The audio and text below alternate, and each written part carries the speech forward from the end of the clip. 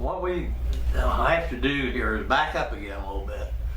Because when Bill and I hopped out of the Hobbit Trail into the passage that would be known as Arley's Way, it was just absolutely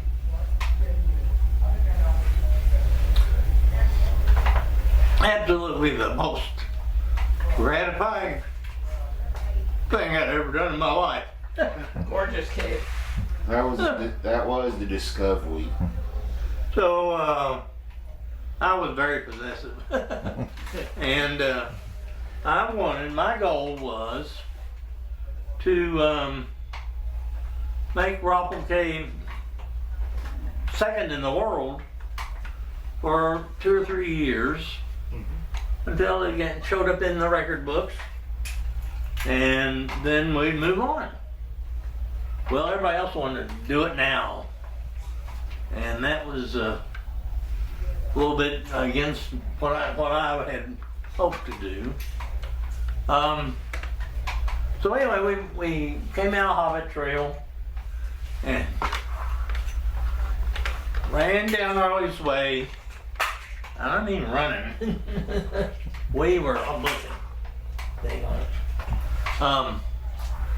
And we got to that near sump at S-163, which is the Kumquat Causeway.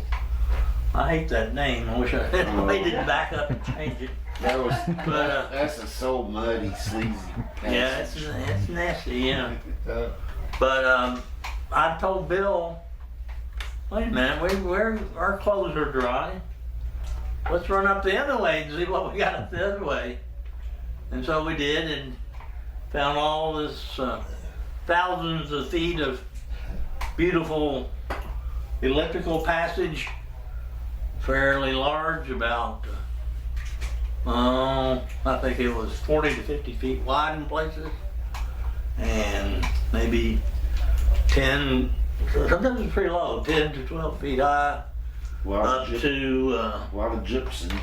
Up to about it was I think about 40 feet or 50 feet high in places.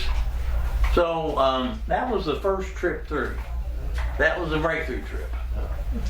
And Jim Borden whipped up together a party of people from Kentucky who were easier to convince to go explore this newfound cave. They still didn't believe it was there.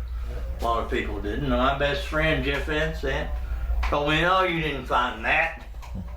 I told him, "Jeff, why would I tell you?" Anyway, the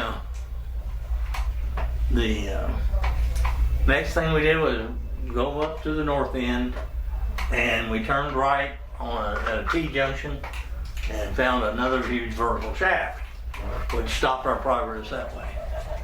So we were, I guess, Bill and I both were worn out, and we hard trip because it's so tight and jagged. But that was all that. Those issues were resolved eventually, and that became the way into Roppel Cave through that S survey. And then the river, we didn't know exactly what was going on there until we heard about the flow, the passage over on the east side of the area where Morrison's and all those disjointed segments of trunk passage were. After that, it was a matter of racking up footage. We would survey. I surveyed once 6,000 feet on a trip, and that was pretty good. But Jim missed a bunch of these discoveries. He wasn't there. He was over at your place, and I think he kind of was angry at me, maybe a little bit, and that he didn't understand why my efforts succeeded where his failed. And I think those his failed and gave up, at least temporarily. So that's it. I mean, I got lots of other stories